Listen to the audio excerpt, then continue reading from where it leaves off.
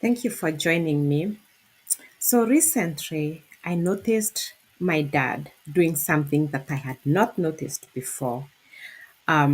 He just was taking a nap on the couch, and all of a sudden, he started talking and throwing his hands like he's punching, kicking. And at first, I was shocked, and I went and watched him, and he was really acting out in his dream. I didn't know what to think of it, so I went and I ran on it. I studied it because here is the thing, when you are dealing with a situation, it is very important to educate yourself. Beyond what the doctors are saying, always educate yourself because you can be a better advocate, plus, you can care for your loved one much better if you get to understand what's going on. So I studied on it and I realized, oh, that's what was happening. So the next time I saw that, again, he takes his nap during the day and he just likes to sleep where people are. So he'll just take his nap on the couch. And this day, I heard him talking and I knew what was happening. So I was not scared and I just went closer to observe, and he kicked really hard in the air and spinned out of the couch, but he didn't fall, and he just went on punching and he was talking, and you could tell he was a little bit struggling in his dream. And when he finally woke up from the dream, he woke up and I was standing pretty close. He was a little confused. But I said, Papa, what was that? You were kicking in your dream. And I joke with my dad. I have a really good relationship with my dad. And he just burst out laughing. He laughed so hard and he said, it's this person. I kicked him in the dream. I said, what was happening? And he said, this person was causing problems.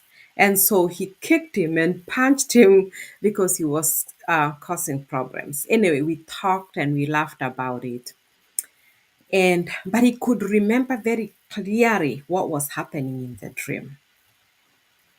Anyway, this is called REM sleep behavior disorder.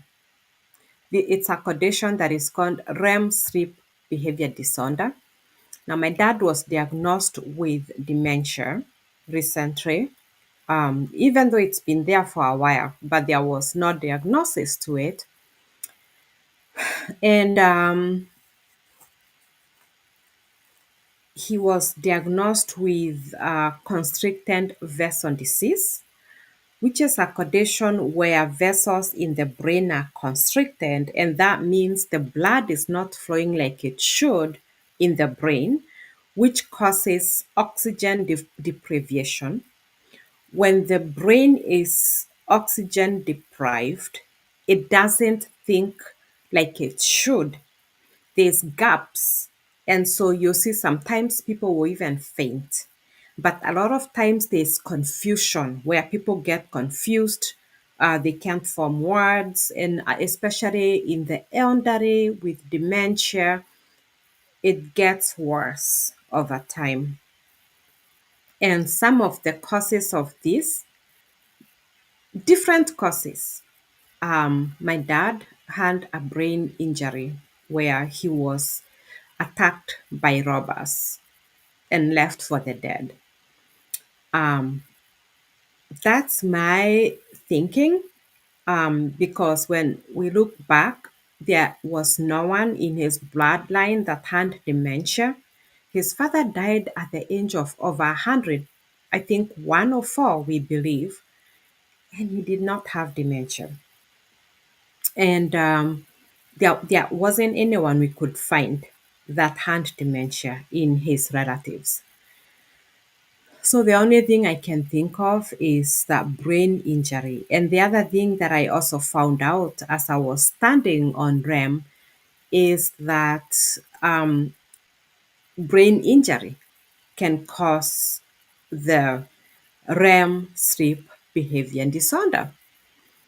Um, Now, my own reasoning says trauma.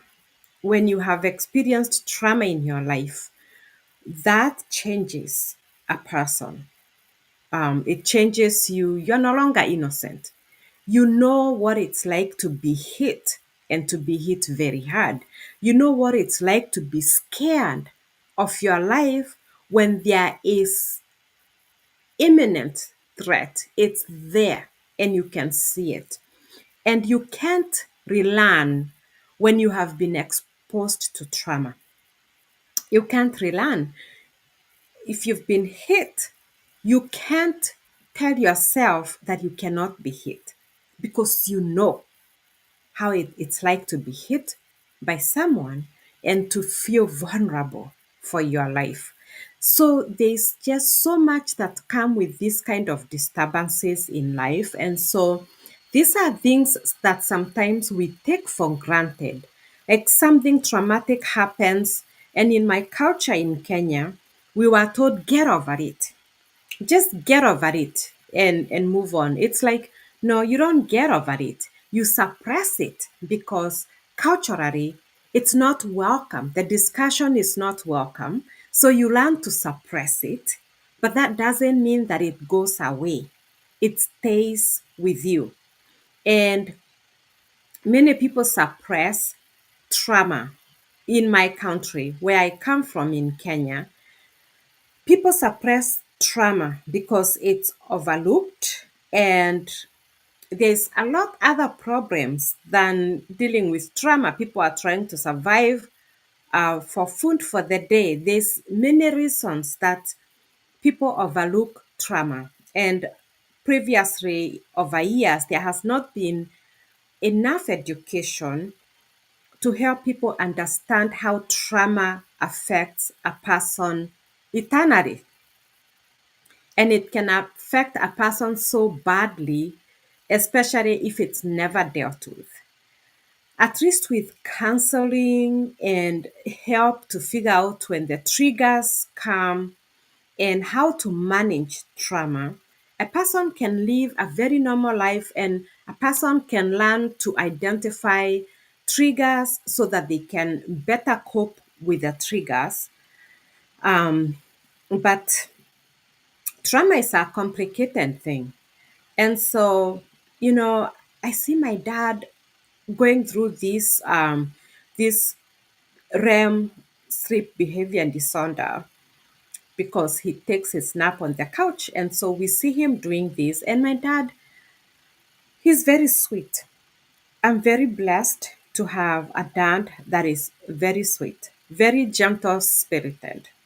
And so we joke and we laugh, and he'll laugh and he'll tell us what he was dreaming and what was going on, and we laugh. Humor is good when you're taking care of your loved one with dementia. Humor actually helps. It makes lighten things, and it also makes your loved one connect with you in a way that is non-threatening and that helps him feel included instead of feeling like he is living this life that nobody really understands and he is alone in that realm of his world. So, but REM sleep behavior disorder happens with especially the elderly and especially male people, men, male. We know by nature men can act more aggressively, and basically it's a male trait because they are meant to be protectors and all that kind of stuff. And so he's feeling vulnerable. And when there's these dreams that are very vivid, they are there, you can see it, it looks real, then they tend to act out in dreams. So basically, the important thing to do is make sure that the environment is safe for your loved one because There are people who actually get up in their REM sleep when they are dreaming and they start to walk around. They can even go and do various things around the house. So you want to make sure things like knives are put away, cords are not laying around the floor, things that could cause dangerous falls or tripping are removed. Make sure the spaces are well lit, because there's the REM, and the REM sleep behavior disorder, which happens when someone is dreaming. But many times when people wake out of this dream, they wake up confused because the dream was very real. So when my dad has woken up from these type of dreams and I'm right there or we are right there, we can um, we can bring him back. We can redirect him to reality quickly. But when they wake up and they are by themselves, and now there is the confusion, and there can be hallucination following that, which my dad also struggles with hallucinations. And again, with dementia, people can have hallucinations. Some dementia types are more prone to these things than others. People who've had brain injuries can have these conditions than others. So there's various reasons that can trigger these kind of responses. And so when someone wakes up from a REM sleep behavior disorder and they are totally confused, they might see something in the shadow and think this is the person that was attacking me in the dream. And in the process of either moving away or trying to fight for themselves, they can hurt themselves. So, really keeping their spaces clear and well lit so that in the case they wake up and they're experiencing hallucinations, at least they are able to they are able to see, which helps them hopefully come back to reality more easily. So, but basically, I wanted to just talk a little bit about the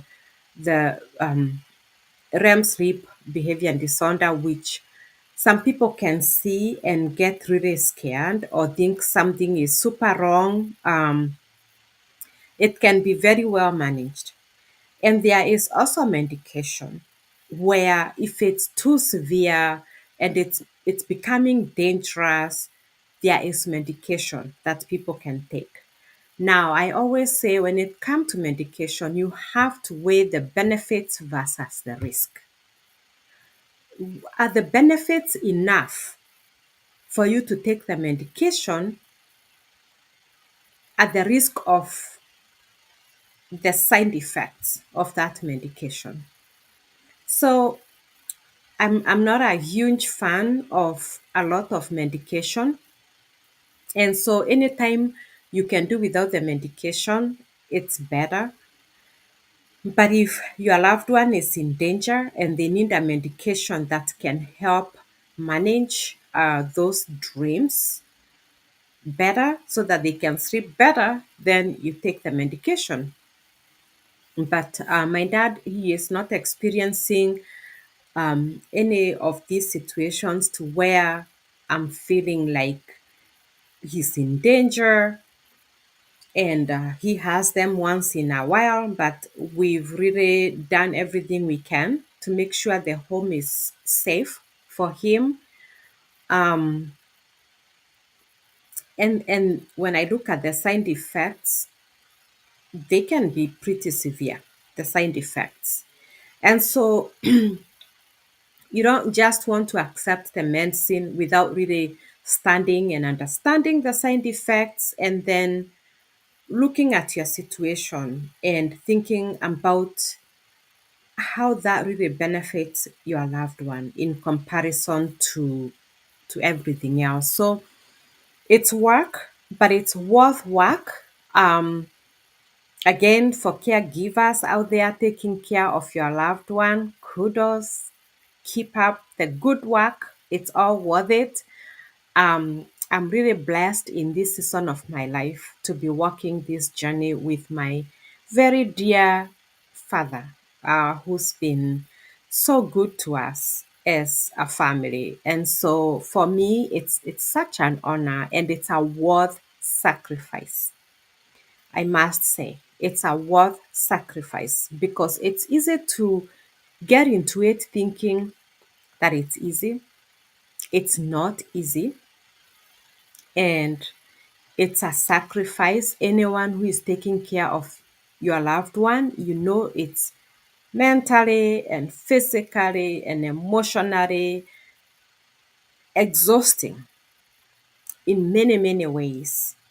So it's not easy.